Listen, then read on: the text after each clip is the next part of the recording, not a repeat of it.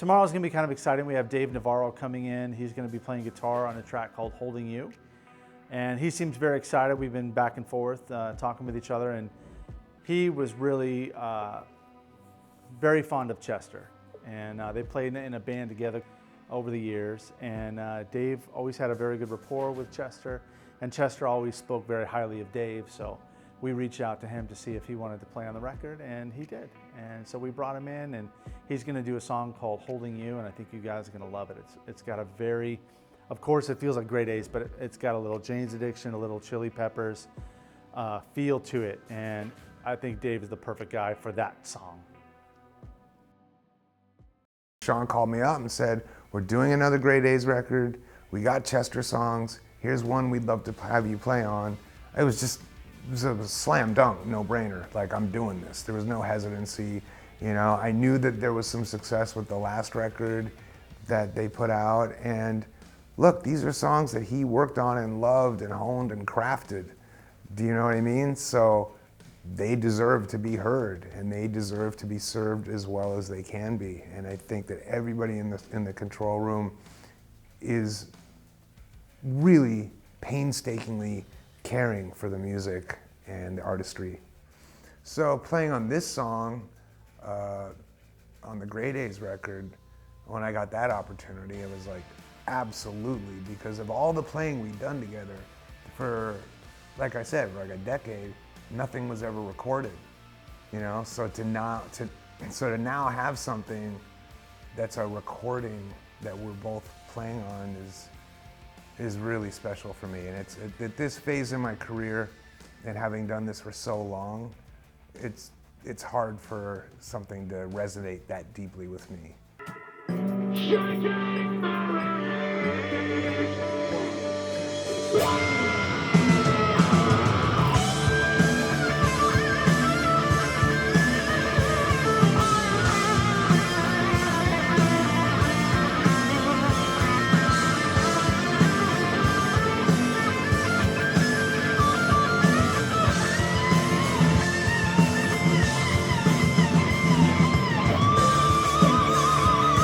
It's cool, man, you know, to hear these old tracks and like how young he was, and to just see how unbridled raw talent, how much raw talent he had back then, and to hear him doing stuff vocally that he kind of maybe let go of him in the later years, and now hear it now, like it's so cool, you know, because you're kind of getting a glimpse into the birthplace of an artist that you came to know and love and embrace.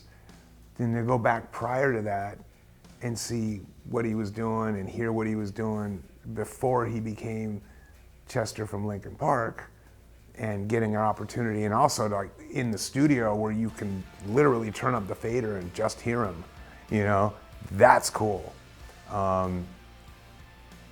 It's definitely a unique, interesting experience to hear, you know,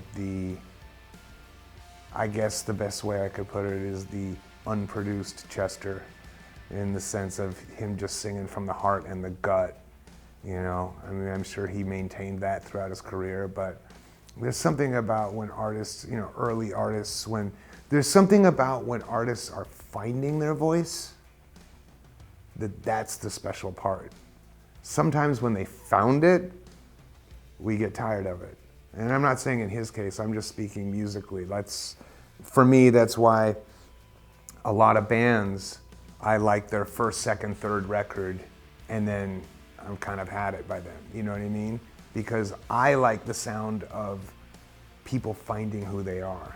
And I think on the Great Daze album, you're gonna hear a lot of that. You're gonna hear him discovering himself, which is kind of cool.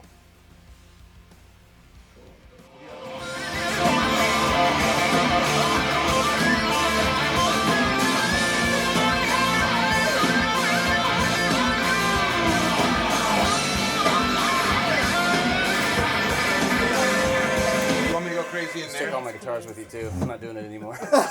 I said just take all my guitars with you too. I'm not doing it anymore. Bringing in a guy named Richard who sings for a band called Filter. And he was very close and friendly with Chester as well. Chester had a lot of respect for him. So we've asked him to sing on one of the songs.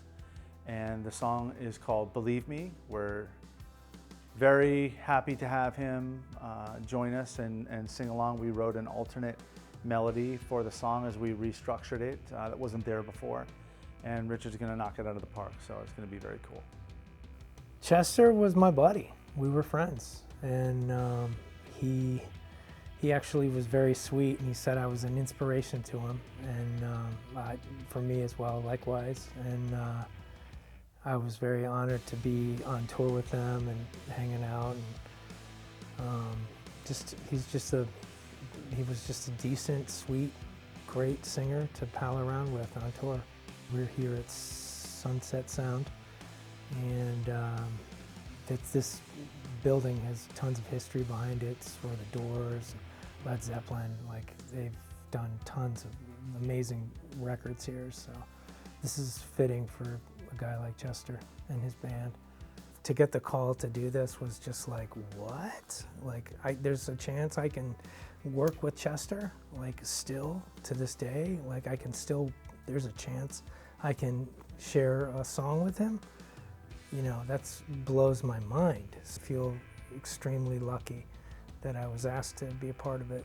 That's a lot of space with Chester. That's a lot of time with him. It's cool that we can be back together in music. You know? Yeah, that's, you loved it, right? That's what it's about. Sure did. Yeah. That's what the whole project is about. Yeah. Trying to connect him with friends and people he would have wanted to record with and didn't get a chance to. Today I sang the song Believe Me and gave it my all.